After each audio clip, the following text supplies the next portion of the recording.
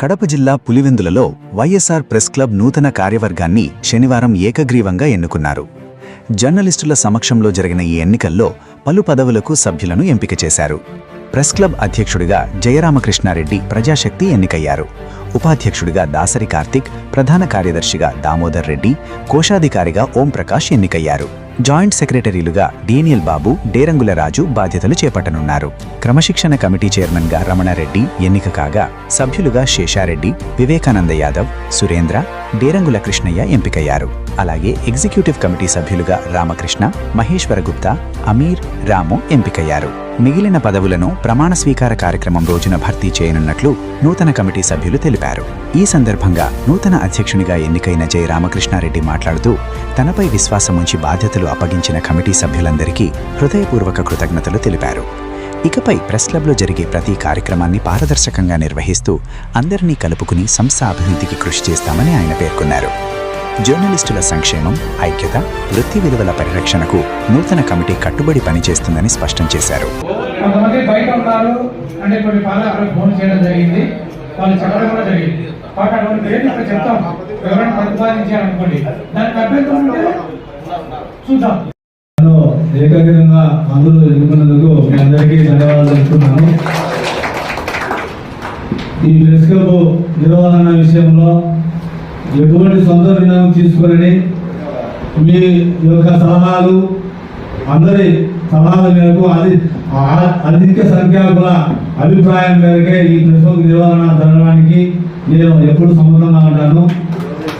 ఎప్పటికి కూడా మీ విషయంలో మీ తప్పు జరగకోకుండా మన వృత్తి విషయంలో ఏదైనా సమస్య వస్తే ఎప్పటికీ ముందుండి మీకు ఈ ప్రెస్ క్లబ్ సభ్యులందరూ కూడా తోడు ఉంటారని నేను మీకు హామీ ఇస్తున్నాను. నేను కోరేది ఒకటే, మన తప్పు లేకుండా ఫస్ట్ మన వృత్తిని నిర్వహించాలి. మన తప్పు వచ్చినప్పుడు మనము నాకు ఎవరు ఎంపిక చేయలేదంటే దానికి చేసేదానికి ఈ కమిటీ ఎప్పటికీ ఒప్పుకోదు. అది ఎవరైనా సరే, మేము కూడా తప్పు చేసినా సరే దానికి మీరు ఎప్పుడైనా కానీ అభ్యర్థన చెప్పవచ్చు. దానికి మీ ఎటువంటి ఆక్షేపణ ఉండదు. కాబట్టి గతంలో మాదిరి కాకుండా మన యూనియన్ ఎప్పటికీ ముందు నుండి అందరం కలిసికట్టుగా మన సమస్యలను మనం ముందుకు తీసుకువెళ్ళి మనం ఆర్థికంగా ప్రతి ఒక్కరూ అభివృద్ధి చెందే విధంగా మన కుటుంబ సమస్యలను కూడా పరిష్కరించుకోవడానికి ఈ ఒక వేదిక అవుతారనే ఉద్దేశంతోనే ఈరోజు మన ప్రజలను ఓపెన్ చేయడం జరిగింది.